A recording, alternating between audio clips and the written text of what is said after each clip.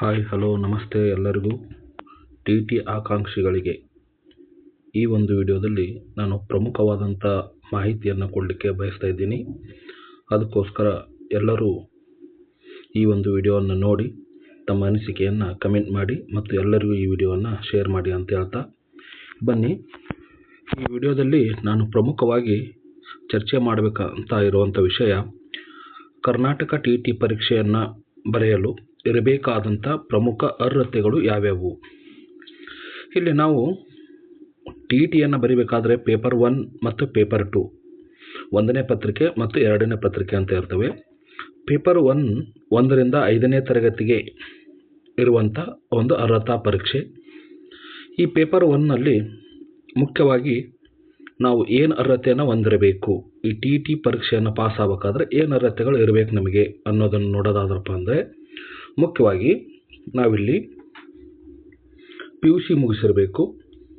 ಯಾವುದೇ ವಿಷಯದಲ್ಲಾಗಿರಲಿ P U C ಮುಗಿಸಿರಬೇಕು. ಅದೇ ರೀತಿಯಾಗಿ ಎರಡನೇದ್ದು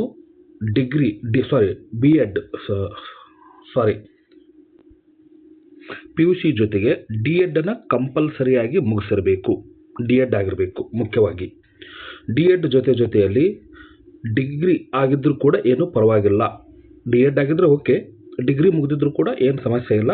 ನಾವು ಯಾವುದಾದ್ರೂ ವಿಷಯದಲ್ಲಿ ಡಿಗ್ರಿ ಮಾಡಿದರೂ ಕೂಡ ಪರವಾಗಿಲ್ಲ, ಅಪ್ಲೈ ಮಾಡ್ಬೋದು ಅಂತಂದು. ಕಡ್ಡಾಯವಾಗಿ ಪಿ ಯು ಸಿ ಮುಗಿದಿರಬೇಕು. ಪಿ ಯು ಸಿ ಜೊತೆಗೆ ಡಿ ಎಡನ್ನು ನಾವು ಮುಗಿಸ್ಕೊಂಡಿರಬೇಕು. ಇಷ್ಟು ಅರ್ಹತೆಗಳನ್ನು ನಾವು ಪೇಪರ್ 1ರಲ್ಲಿ ಹೊಂದಿರಬೇಕಾಗುತ್ತೆ. ಹಾಗೆ ನಾವು ಪೇಪರ್ 2ಅಲ್ಲಿ 2ನೇ ಪತ್ರಿಕೆ 6ರಿಂದ 8ನೇ ತರಗತಿಗೆ ನಾವು ಪೇಪರನ್ನು ಬರೆಯುವಂಥವ್ರು, ಟಿ ಟಿ ಪೇಪರನ್ನು ಬರೆಯುವಂಥವ್ರು ಮುಖ್ಯವಾಗಿ ಹೊಂದಿರಬೇಕಾದಂಥ ಅರ್ಹತೆ ಏನಪ್ಪ ಅಂದರೆ ಅವರು ಪದವಿಯನ್ನು ಮುಗಿಸ್ಕೊಂಡಿರಬೇಕು. ಬಿ ಎ ಆಗಿರ್ಬೋದು, ಬಿ ಎಸ್ ಸಿ ಆಗಿರ್ಬೋದು, ಬಿ ಕಾಮ್ ಆಗಿರ್ಬೋದು ಅಥವಾ ಇಂಜಿನಿಯರಿಂಗ್ ಆಗಿರ್ಬೋದು, ಯಾವುದೇ ಒಂದು ಪದವೀಧರರು ಆಗಿರಬೇಕು. ನಂತರ ಅವರು 2 ವರ್ಷದ, ಈಗ ಬಿ ಎಡನ್ನು 2 ವರ್ಷ ಮಾಡಿದರೆ, ಮೊದಲು ಅದು 1 ವರ್ಷ ಇತ್ತು, ಈಗ 2 ವರ್ಷ ಆಗಿದೆ. ಆ ಬಿ ಎಡನ್ನು ಕಂಪಲ್ಸರಿಯಾಗಿ ಮುಗಿಸಿರಬೇಕು. ನಿಮಗೆಲ್ಲ ಗೊತ್ತೇ ಇದೆ, ಬಿ ಎಡ್ ಮುಗಿಸಿರಬೇಕು. ಅವರು ಈ ಬಿ ಎಡನ್ನು ಮುಗಿಸಿದ ನಂತರ ಏನು ಮಾಡೋಕ್ಕಪ್ಪ ಅಂದರೆ ಇವರು ಪೇಪರನ್ನು, ಟಿ ಟಿ ಪೇಪರನ್ನು ಬರೀಲಿಕ್ಕೆ ಅರ್ಹರಾಗಿರುತ್ತಾರೆ. ಈಗ ನಾವು ಇಲ್ಲಿವರೆಗೂ ಅರ್ಹತೆಯ ಬಗ್ಗೆ ಮಾತಾಡಿದ್ವಿ. ಏನೇನೆಲ್ಲ ಅರ್ಹತೆಗಳನ್ನು ಹೊಂದಿರಬೇಕು ಅನ್ನೋದು ನೋಡಿ. ಪೇಪರ್ 1ನಲ್ಲಿ ಏನು ಅರ್ಹತೆ ಹೊಂದಿರಬೇಕು, ಪೇಪರ್ 2ಅಲ್ಲಿ ಏನು ಅರ್ಹತೆಯನ್ನು ಹೊಂದಿರಬೇಕು ಅನ್ನೋದನ್ನು ನೋಡ್ಕೊಂಡ್ವಿ.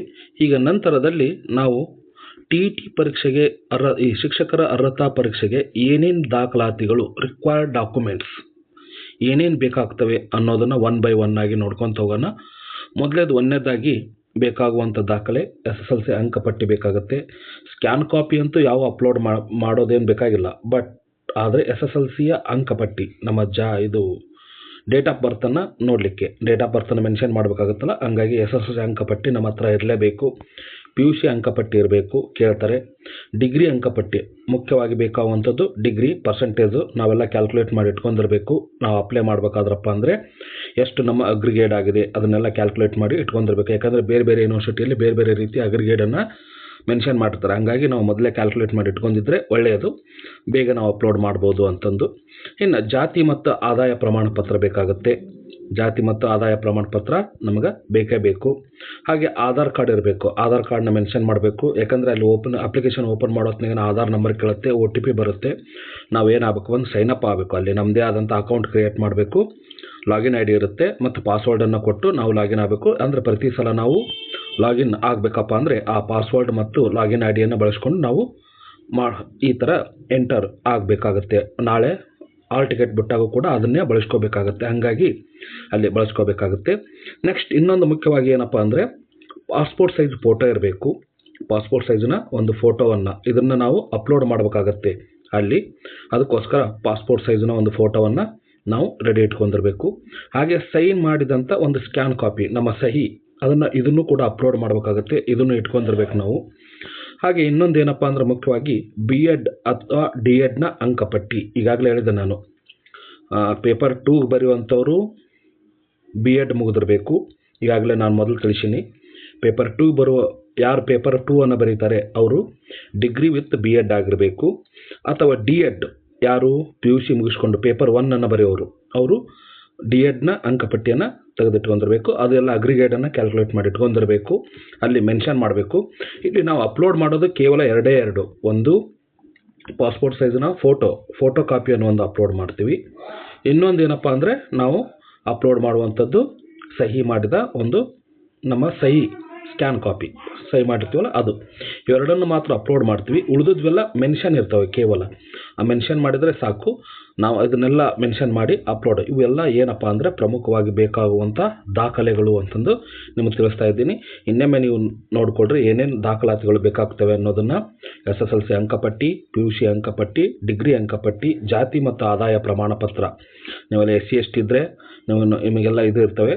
ಅಲ್ಲಿ ಕಡ್ಡಾಯವಾಗಿ ಮೆನ್ಷನ್ ಮಾಡಬೇಕು. ಪ್ರಮಾಣ ಪತ್ರವನ್ನು RD ನಂಬರನ್ನು ಎಂಟ್ರಿ ಮಾಡಬೇಕಾಗುತ್ತೆ. ಆಧಾರ್ ಕಾರ್ಡ್ ಬೇಕು, OTP ಬರುತ್ತೆ. ಪಾಸ್ಪೋರ್ಟ್ ಸೈಜ್ ಫೋಟೋ, ಸಹಿ ಮಾಡಿದಂಥ ನಮ್ಮ ಸಹಿಯ ಸ್ಕ್ಯಾನ್ ಫೋಟೋ, B.Ed ಅಥವಾ D.Edನ ಅಂಕಪಟ್ಟಿ. ಇಷ್ಟು ಪ್ರಮುಖವಾಗಿ ಬೇಕಾಗುವಂಥ ಡಾಕ್ಯುಮೆಂಟ್ಗಳು ಅಂತಂದು ಈ ಮೂಲಕ ತಿಳಿಸ್ತಾ ಇದ್ದೀನಿ. ಇಲ್ಲಿವರೆಗೂ ನೀವೇನಪ್ಪ ಅಂದರೆ ನಾವು ಪೇಪರ್ 1 ಮತ್ತು ಪೇಪರ್ 2 ಅರ್ಹತೆಗಳೇನು, ಅದರ ಜೊತೆಯಲ್ಲಿ ಏನಪ್ಪ ಅಂದರೆ ಶಿಕ್ಷಕರಿಗೆ ಅರ್ಹತಾ ಪರೀಕ್ಷೆಗೆ ಬೇಕಾಗುವಂಥ ದಾಖಲಾತಿಗಳು ಏನೇನು ಅನ್ನೋದನ್ನು ಈ ವಿಡಿಯೋದಲ್ಲಿ ನೋಡಿದ್ವಿ. ಯಾರೆಲ್ಲ ಈ ವಿಡಿಯೋ ಇಷ್ಟ ಆಗಿದೆ ಅವರು ಕಮೆಂಟ್ ಮಾಡಿ. ಈ ವಿಡಿಯೋ ಬಗ್ಗೆ ಯಾರಿಗೆ ಇನ್ನೂ ಗೊತ್ತಿಲ್ಲ ಇದ್ರ ಬಗ್ಗೆ ಯಾಕಂದರೆ ಫ್ರೆಷರ್ಸ್ ಆಗಿ ಬರೆಯುವಂಥವ್ರು, ಫ್ರೆಷರ್ಗಳಿಗೆ ಗೊತ್ತಿರೋದಿಲ್ಲ ಮಾಹಿತಿ, ಅವ್ರಿಗೆಲ್ಲ ಮಾಹಿತಿಯನ್ನು ತಲುಪಿಸಿ ಶೀಘ್ರವಾಗಿ ಎಲ್ಲರೂ ಏನು ಮಾಡ್ರಪ್ಪ ಅಂದರೆ ನೀವು ತಯಾರಾಗಿ. ಯಾಕಂದರೆ ಈ ಸಲ CBT ಬೇಸ್ ಪರೀಕ್ಷೆ ನಡೆಸ್ತೀವಿ ಅಂತಂದೇಳ್ಬಿಟ್ಟು ಶಿಕ್ಷಣ ಇಲಾಖೆಯವರು ಚರ್ಚೆ ನಡೆಸ್ತಾ ಇದ್ದಾರೆ. CBT ಬೇಸ್ ನಿಮಗೆಲ್ಲ ಗೊತ್ತಿದೆ, ಕಂಪ್ಯೂಟರ್ ಬೇಸ್ಡ್ ಟೆಸ್ಟ್ ಅಂತಂದು. ಹಾಗಾಗಿ ತಾವೆಲ್ಲ ಅದನ್ನು ತಯಾರಾಗಬೇಕು. ಯಾಕಂದರೆ ಒಬ್ಬೊಬ್ರಿಗೆ ಕಂಪ್ಯೂಟ್ರೇ ಗೊತ್ತಿರೋದಿಲ್ಲ ಏನೋ ಮಾಹಿತಿ. ತಾವೆಲ್ಲ ಏನು ಕಠಿಣ ಇರೋದಿಲ್ಲ, ಭಾಳ ಸುಲಭ ಇರುತ್ತೆ. ಇಲ್ಲಿ ಟೈಮ್ ಕೂಡ ಇರುತ್ತೆ ನಮ್ಮ ಮುಂದೆ. ಅಲ್ಲಿ ಆಫ್ಲೈನ್ ಒಳಗಾದ್ರಪ್ಪ ಅಂದ್ರೆ ಗೊತ್ತಿರೋದಿಲ್ಲ ಅಷ್ಟು ಟೈಮ್ ಏನಾಗ್ತದೆ, ಏನು ಓಡ್ತಾ ಇದೆ ಅನ್ನೋದು. ಇಲ್ಲಿ ಟೈಮ್ ಕೂಡ ಇರುತ್ತೆ. ನೀವೇನಪ್ಪ ಅಂದರೆ ಒಂದು ಪ್ರಶ್ನೆಗೆ 1 ನಿಮಿಷ ಅಂತಂದೇಳ್ಬಿಟ್ಟು ನಿಮ್ಮ ಮೈಂಡಲ್ಲಿ ಇರಬೇಕು.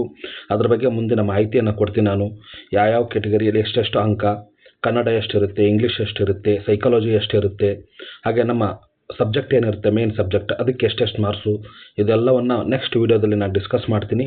ಯಾರಿಗೆಲ್ಲ ಈ ವಿಡಿಯೋ ಇಷ್ಟ ಆಗಿದೆ ಮತ್ತು ಇನ್ನೂ ಹೆಚ್ಚಿನ ಮಾಹಿತಿಯನ್ನು ತಲುಪಿಸಿ ಅಂತ ಹೇಳ್ತಾ ಸಬ್ಸ್ಕ್ರೈಬ್ ಮಾಡಿ, ಶೇರ್ ಮಾಡಿ. ಹಾಗೆ ಹೆಚ್ಚಿನ ಮಾಹಿತಿಗಾಗಿ ಈ ವಿಡಿಯೋವನ್ನು ಎಲ್ಲರೂ ಲೈಕ್ ಮಾಡಿ, ಕಮೆಂಟ್ ಮಾಡಿ ಅಂತ ತಿಳಿಸ್ತಾ ಎಲ್ಲರಿಗೂ ನಮಸ್ತೆ.